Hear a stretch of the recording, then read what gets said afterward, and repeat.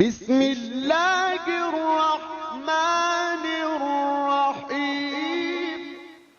السلام علیکم ورحمۃ اللہ وبرکاتہ۔ الحمد للہ وکفی وسلام علی عبادہ الذین اصطفی، اما بعد۔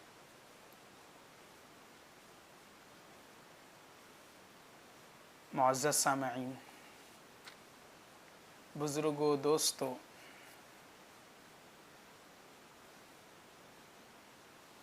آپ حضرات کے سامنے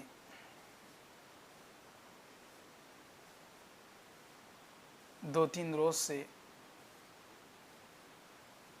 یعنی ان رمضان کے ایام میں تفسیر پیش کی جا رہی۔ گزشتہ تفسیر میں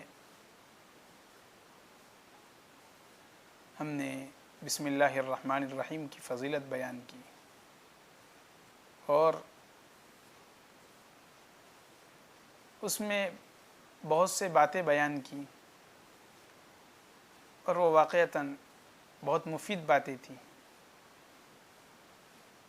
جو ہمارے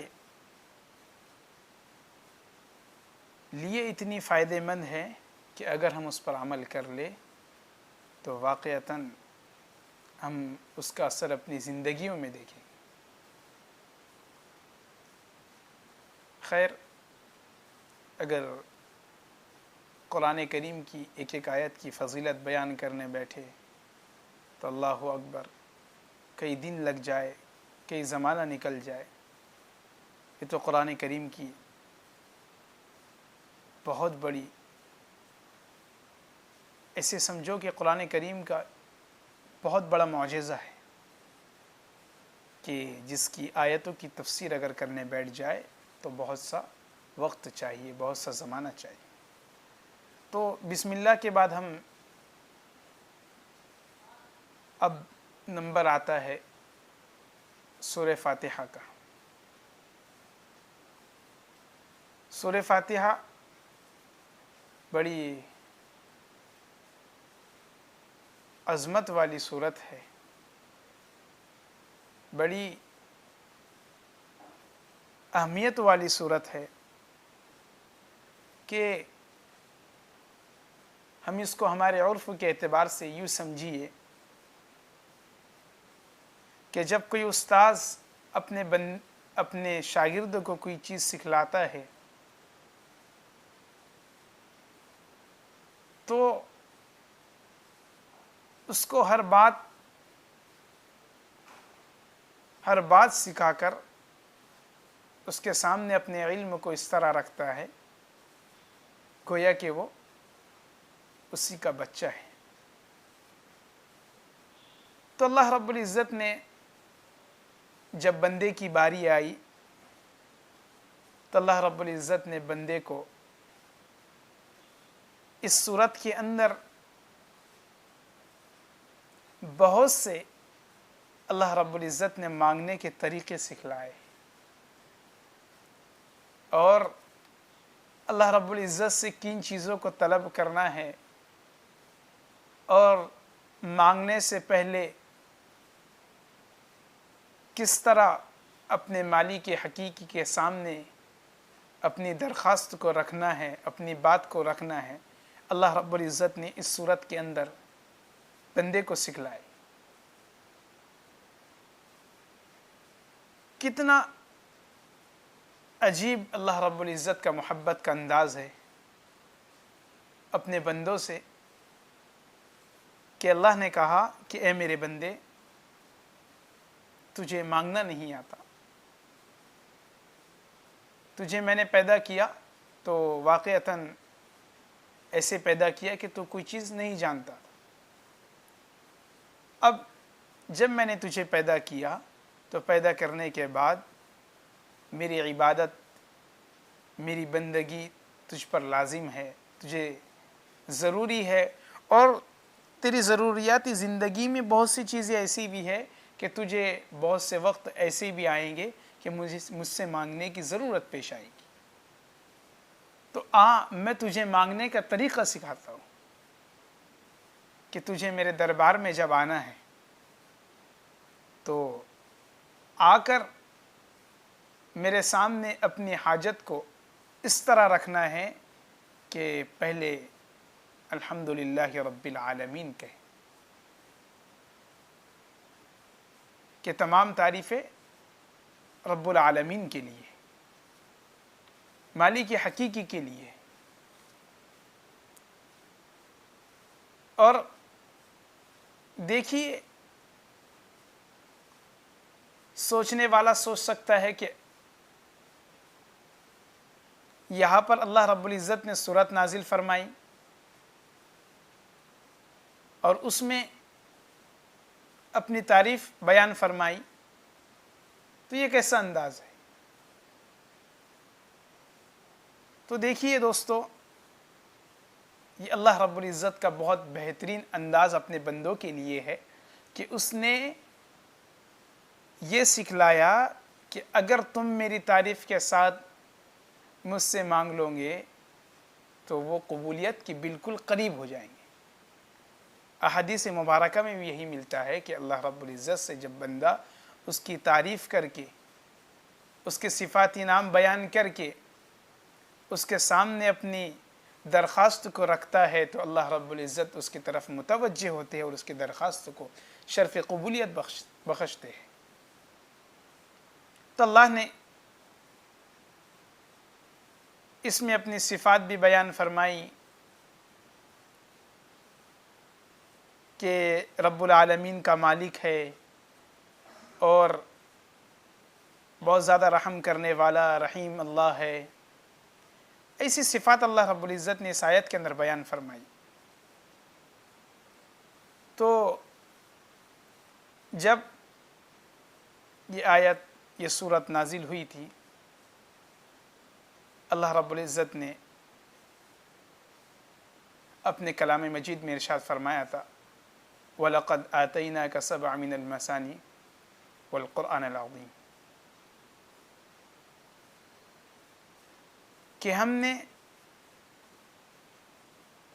آپ کو 7 بڑی آیتیں، بڑا قرآن کریم عطا کیا. وَلَقَدْ آتَيْنَا سَبْعًا مِنَ الْمَثَانِي وَالْقُرْآنِ الْعَظِيمِ. تو اس آیت کے تحت حضرات مفسرین فرماتے ہیں یہ جو سورت فاتحہ ہے یہ مکی سورت ہے، یہ مکہ میں نازل ہوئی، اور اللہ نے اس آیت کے اندر سورہ فاتحہ کی عظمت کو بیان کیا، سورہ فاتحہ کے مرتبے کو بیان کیا کہ ہم نے آپ کو 7 بڑی آیتیں دی، بڑا قرآن ہے. اللہ رب العزت نے سورہ فاتحہ کو ایسا مقام دیا کہ اس کو بڑی آیتیں، بڑے قرآن سے، قرآن عظیم سے تعبیر کیا. یہ اس آیت کی، اس سورت کی عظمت کو بتانے کے لیے اللہ رب العزت نے یہ آیت نازل فرمائی. تو اسی بنا پر سورہ فاتحہ یہ اتنی عظیم سورت ہے کہ حضرات مفسرین نے اس کے بہت سے نام ذکر فرمائے.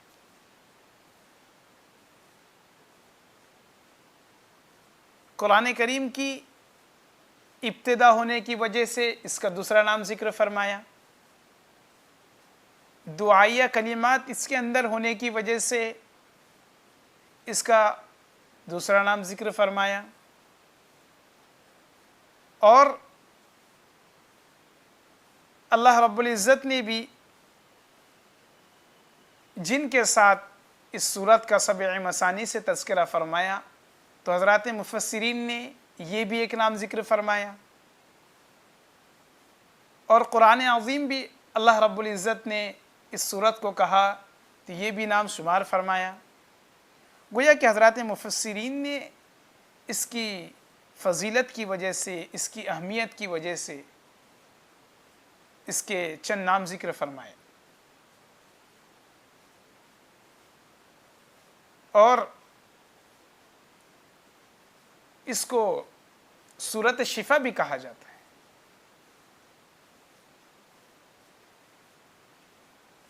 اللہ کے نبی علیہ الصلاۃ والسلام اپنے ایک روایت کرتے ہیں، آقا علیہ الصلاۃ والسلام سے ایک روایت مروی ہے کہ اس حدیث کے اندر آقا علیہ الصلاۃ والسلام نے بھی اس کو سبع مثانی سے تعبیر فرمایا اور اس کی فضیلت بیان فرمائی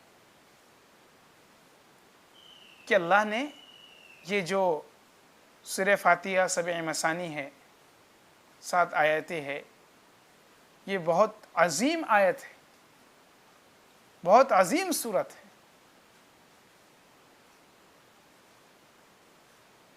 ہم کو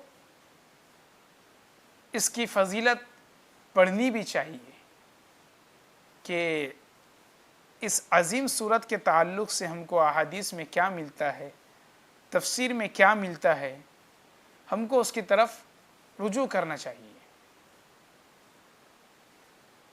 تاکہ ہمارے سامنے وہ سب باریکیاں آ جائے جو اس صورت کے اندر موجود ہے۔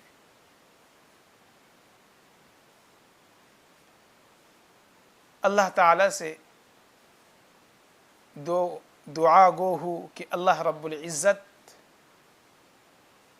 ہم سب کو سورہ فاتحہ کی عظمت کو سمجھنے کی اور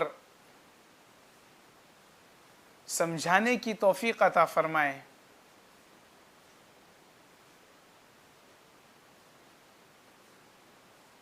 انشاءاللہ یہ چند تمہیدی باتیں آپ کے سامنے ذکر کی گئی